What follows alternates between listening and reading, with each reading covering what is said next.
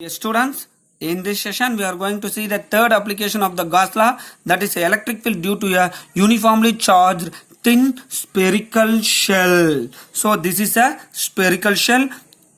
Students, keep in your mind the charges never filled inside the body. It will be always occupied on the surface of the body. So the surface charge density of this spherical shell is given by sigma is equal to Q by area. So the area is the area of this sphere. So the radius of the sphere is R, means the surface charge density is equal to Q by A. So Q is equal to sigma into A. The area is 4 pi R squared. 4 pi R squared is the area of the spherical shell. Now we are going to see that what is the electric field of this spherical shell outside the point. Outside, and the point is outside the spherical shell.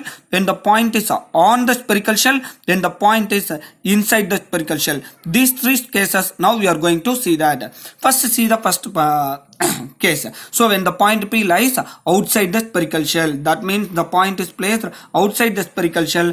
From this point, from the center O, so with the radius R, we have to draw one sphere. This sphere, this dotted line represents the Gaussian surface. This is a spherical Gaussian surface. The Gaussian surface is an imaginary surface because Gauss theorem obeys only for closed surface. So we have to find the electric field at this point outside the spherical shell. So only we have to draw the imaginary surface called spherical Gaussian surface. So the flux through this Gaussian surface, through this, how many electric lines, electric field lines, that is a flux is given by electric field into area. This area is a area of the Gaussian surface, area of the spherical Gaussian surface. So pi E, which is equal to electric flux, which is equal to electric field into 4 pi R squared. This R is a radius of the spherical surface, that is a Gaussian spherical surface. Again, by Gauss theorem, the electric flux is equal to Q by epsilon naught. So this electric flux and this electric flux are equal. Just you equate these two things. Electric field, which is equal to, you bring this term 1 by 4 pi epsilon naught Q by R square, that is electric field outside the point, outside the spherical shell. This is simply what we are seeing as a electric field formula. Yes, students, the next case is when the point lies on the spherical surface. This is on the spherical surface. Here the Gaussian surface is also on the real sphere, that is a spherical shell. So the R and the small r, that is the Gaussian surface radius, and the spherical surface radius are equal. The same steps, the flux through the Gaussian surface is equal to E into area. This area is a Gaussian surface area. So the Gaussian surface radius and the spherical shell radius are equal. So we have to put 4 pi R square, capital R square. By Gauss theorem, the electric flux is equal to Q by epsilon naught. Already we seen that for spherical shell, the Q is equal to sigma into 4 pi R square. This R is a spherical shell radius. So we are find that how much number, what is the number of charges in the spherical shell, that is represented by Q is equal to sigma into 4 pi R square. Substitute that previous equation here, we get electric flux, which is equal to sigma into 4 pi R squared by epsilon naught. So this electric flux and this electric flux are equal. So just you substitute these two things, 4 pi R squared get cancelled. We get the electric field on the spherical shell is equal to sigma by epsilon naught. Then the final point, when the point lies inside the spherical shell, that is the point will lies inside the spherical shell. In this case, the Gaussian surface is inside the spherical shell, the radius is R. So in the first case, the Gaussian surface radius is greater than the spherical shell radius. In the second case, the Gaussian surface radius and the spherical shell radius are equal. But in the third case, that is the point P lies inside that, the radius of the spherical surface, that is a Gaussian surface, and the real spherical shell is less than. This is less than that of the spherical shell radius. Hence the same steps. The electric flux through the Gaussian surface. This Gaussian surface, what is the electric flux? Pi is equal to E into area. That area is 4 pi R squared Gaussian surface area. So by Gauss theorem, the electric flux is equal to 1 by epsilon naught times the total net charge present in it.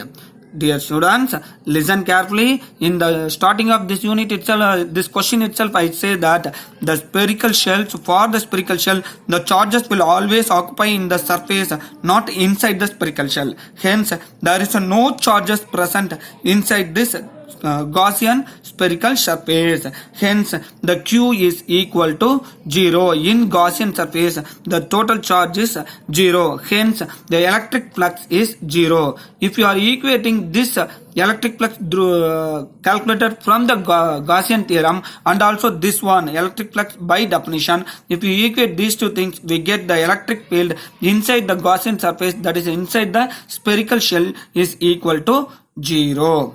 Now we are going to see the graphical representation for all these kinds. So this is a spherical shell, this is a origin. So this x-axis represents the radius of the spherical shell and this will represent the electric field magnitude value. So inside that spherical shell, the electric field value is 0. Hence there is no equations. This is a dotted line only. So on this surface, the electric field value is 1 by 4 pi epsilon naught Q by R squared. Sir, in derivation we derive only E on is equal to sigma by epsilon naught. So just you put that the sigma is Q into area by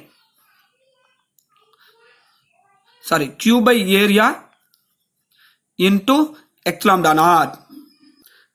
That is, area is equal to 4 pi r squared on the surface. So 1 by 4 pi epsilon naught r squared. That equation only represent in this graph.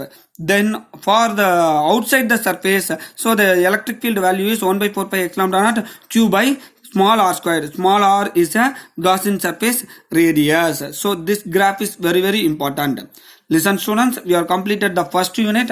Just we summarize all the formulas in this unit. So the first we will see that the quantization of the charge, total charge in the any surface is given by Q is equal to Ne. So E is magnitude of the one charge, that is equal to 1.6 into 10 power minus 19 coulomb. The second formula is the Coulomb's law. The Coulomb's law states that 1 by 4 pi epsilon naught Q1 Q2 by R squared. That is when 2 point charges are separated by a distance or the electric force of attraction or repulsion, the Coulomb force can be written in this formula. So the 1 by 4 pi epsilon naught is 9 into 10 power 9 and epsilon naught value is 8.85 into 10 power minus 12. So in this question we have studied the very important new definitions, new terms. It is a permittivity.